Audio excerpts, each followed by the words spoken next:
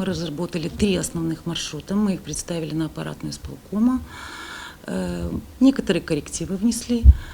И в ближайшее время мы, естественно, утвердим эти 3 направления. Я могу перечислить. Это культурный путь, второй путь православный маршрут и третий маршрут – это винный путь.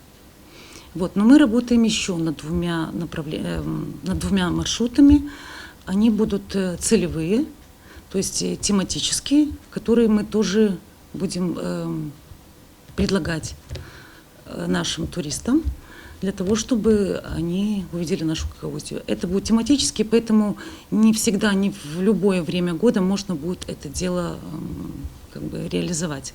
То есть если это будет, как правило, летний период. Мы попытались предложить такой маршрут, который бы заинтересовал любую аудиторию. То есть это будь это иностранный турист, будь это молдавский турист. То есть мы не ориентировались на какое-то определенное направление. Я думаю, что наверняка это будет пересматриваться еще не один раз, потому что туризм на сегодняшний день практически отсутствует в Гагаузии. Вы знаете, что Гагаузия, я надеюсь, что вы знаете, что Гагаузия даже не включена в общую молдавскую карту по туризму. Поэтому в этом направлении поле не перепахано. Мы будем работать и сотрудничать с Национальным агентством по туризму. Сейчас мы работаем над разработкой общей концепции развития по туризму. И в это дело вовлечены не только Управление культуры, мы будем совместно сотрудничать с Управлением экономики, с научным центром. То есть здесь объем большой. Гагаузия сама по себе привлекательна. Скажем, такой маленький, непознанный уголок мировой. Вот. Интерес есть. Я скажу, что на сегодняшний день к нам были неофициальные обращения именно по туристическим позициям. И мне пришлось использовать тот ресурс, который сегодня есть, и нашим туристам не отказывать.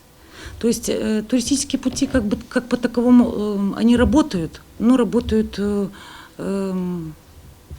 не оформлено, то есть стихийно. Очень интересует наша культура, интересует наши музеи. Людям интересно. Есть звонки, когда просят, помогите нам организовать тур в Бешалминский музей. Мы хотим увидеть кониферму Капчакскую, Чедерлунскую. Мы хотим посетить ваши храмы. У вас есть женский монастырь. Мы хотим его увидеть. Вот такого рода обращения к нам есть и уже неоднократно.